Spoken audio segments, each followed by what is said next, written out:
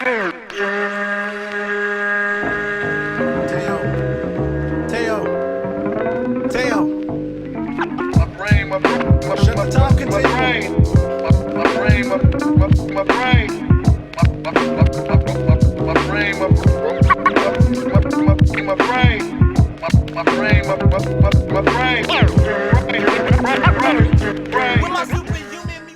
up, bitches? It's the misanthropic one, aka He Who Hungers, and I'm back up in this bitch for another rant/review.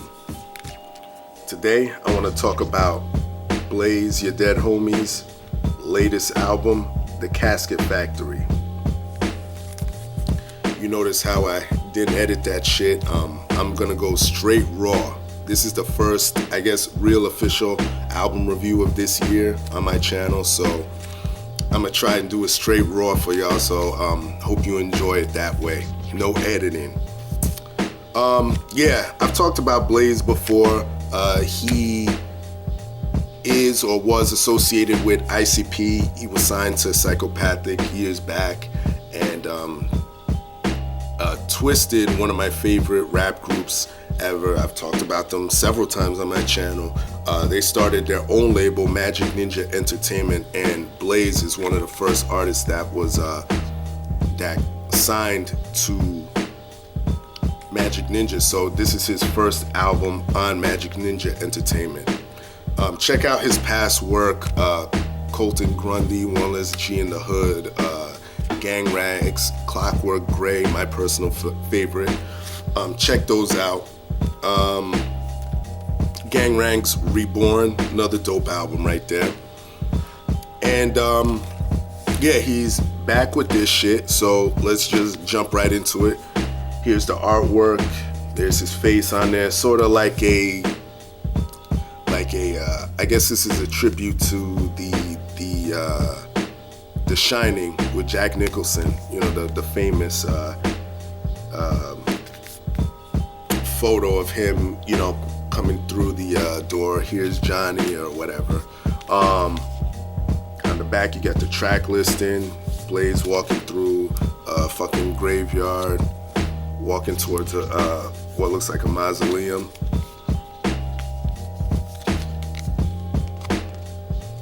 Inside there's Blaze hiding behind what's that, a tree, like some type of broken wall or tree.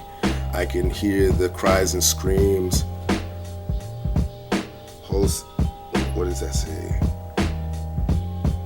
Whole cemetery full of broken dreams. Yeah, that's what it says right there. CD, you got some caskets laid out with Blaze laying in all of them in different poses right there. Take the CD out, just got his name over there, and got a little insert here.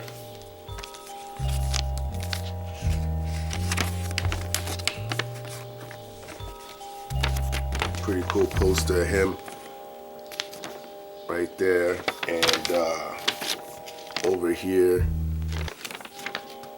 a giant casket and a shovel, along with the credits. And there you got a little autograph by him. I got this off of eBay, and it was autographed by him. And it kind of pissed me off because this one, you know, I didn't know that there was another version of it. This has 14 tracks on it, and there is there's another version that has like 3 bonus tracks, and that kind of annoyed me, because I hate when that happens, when you find out, you know, you're a collector like me, and then you find out there's like a special edition out there that has like fucking 3 or 4 extra bonus tracks on it, so now I gotta try and hunt that down. But this review is based off of this. I'm gonna try and get my hands on the one with the extra 3 tracks. I tried looking for it in stores up here in Jersey. They do not have it, so I may have to resort to his site or eBay again. Reason I bought it off of eBay too was because I knew he was coming out with an album, but I forgot the actual release date, so I was fucking around on eBay looking for other shit. And I go through certain, things I need, online shopping in my head. And I was like, oh, let me check Blaze Your Dead Homie. And then someone had this up there, I should say. And I was like, oh, fuck it. Let me pick this up, and it's autographed too. So there it is. So that's the artwork. I don't know why I folded this up. I got to get into production on the album. Let's give the producer some credit on here. All right. So you have production by Fritz the Cat Vankowski, Seven, who Seven's on here a couple times. Y'all might know Seven from he's a guy who loves to collaborate with Tech Nine a lot. So he's definitely making his mark in the rap game. The Deadbeats.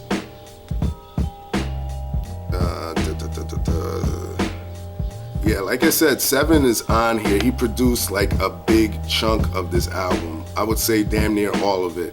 Yeah, Fritz the Cat, blah, blah, blah. Yeah, that's it. It's Seven, Fritz the Cat, and the Deadbeats, but Seven produces majority of this album.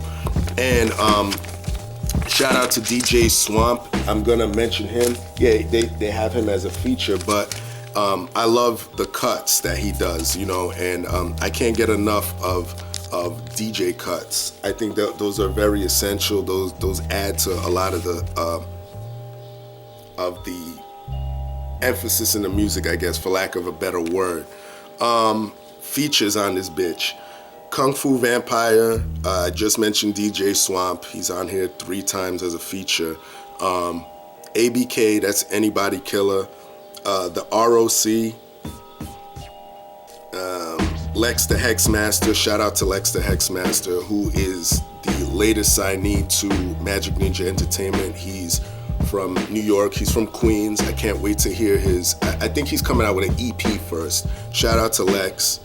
You got Boondocks, Jamie Madrox, and Twiztid. Jamie Madrox is one of the MCs in Twiztid, but Twiztid is on here as a group.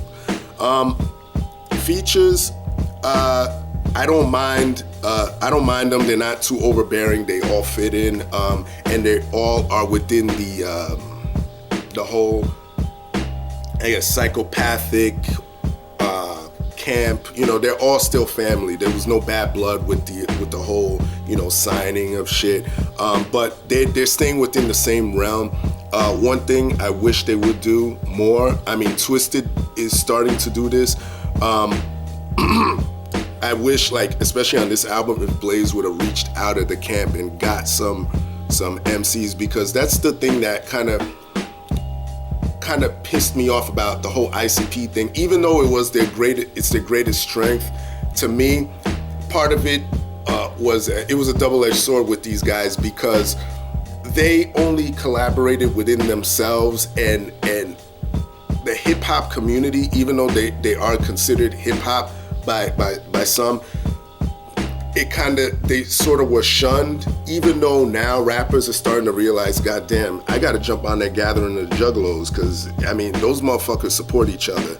So one thing that I would like to see from especially Blaze, because he's one of my favorites, I've said this before, Twiztid and Blaze definitely were my favorite acts that came out of that whole camp. Get with some guys that are somewhat outside the box, you know what I mean? I understand these guys are family, but get with like a Scarface, because I know Twiztid, I just heard an interview where they had a funny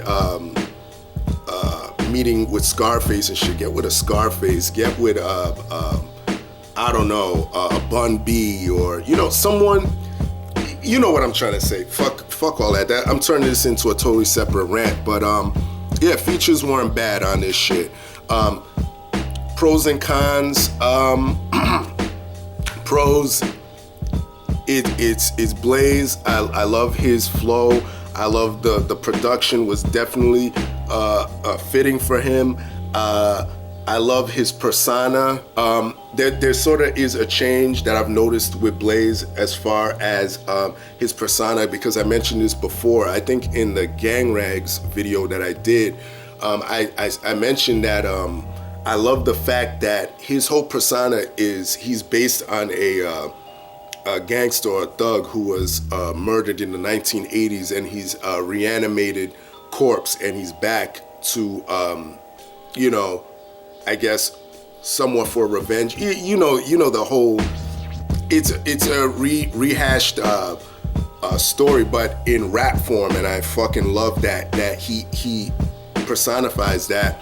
But I think that within the last couple of years, I think he kind of is beyond the whole thuggery shit, and you kind of see that. Like, he doesn't even go by Blaze, your dead homie anymore. He's just straight up Blaze now, and you could even see it in some of the tracks, or hear it. You know, you have shit like Necromancy, Worm Food, stuff where he's more delving more into the horrorcore. Even though he already was in that genre, he was more of, when you listen to his earlier shit, he was more like a street dude, like a thug. Now he's, I guess, you know, like you have tracks like Ratchet, which I guess is, or they call that gangsta, like where he's more on that street level type shit, but now he's more into the whole supernatural.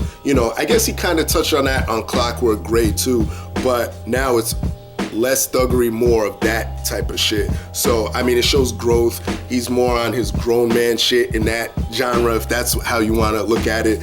But, yeah, Cons, again, like I mentioned, I wish he would have just reached out. You know, he's, you know, working with these guys, he's too much in his comfort zone. I wish he would kind of reach out a little bit.